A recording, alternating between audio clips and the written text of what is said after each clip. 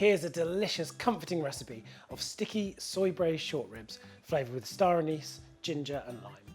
Now I'm going to start off with the short ribs themselves. These are a fantastic cut of beef, so much flavour. And the beauty of them is you can't cook them quickly. They've got to cook low and slow to release all their flavour until they're really tender. And that's the joy of a recipe like this. You've got to take your time. So I'm going to go in with a little bit of oil into a heavy base casserole. And I'm just going to brown the short ribs a couple at a time. It's really important you don't overcrowd the pan. And then just sear them all over for about 3 or 4 minutes until they're a lovely golden brown colour. So once they're browned, just take them out and rest them on a plate. And this browning stage is really important because it's going to help to build up all of those layers of flavour in the finished dish. So in with the next ones. And whilst they're searing off, I'm just going to prepare the shallots. So I'm just using these shallots and I've kept the roots just intact, and I'm going to cut through lengthways so that they hold their shape when they cook. And then a little bit of ginger and garlic. I'm going to take a fine grater and grate those up. So those ribs are ready to turn now. So again, transfer them to a plate and just let them sit to one side, and then tip the shallots straight in.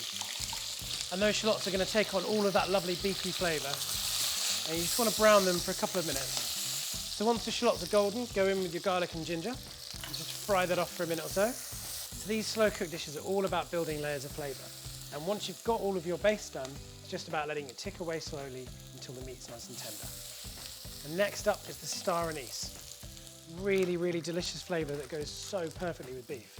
So a couple of them, give them a quick stir, and then in with some dark soy sauce. Now you need to be quite generous with the soy because you've got a lot of beef there, and as well as adding flavour, it's going to season the beef. And then some beef stock, give it a stir, and then nestle that beef back in the pan. So that is all the hard work done. And you've got this amazing marriage of flavours, which is only going to get better over time. And then for the full list of ingredients, click on the link.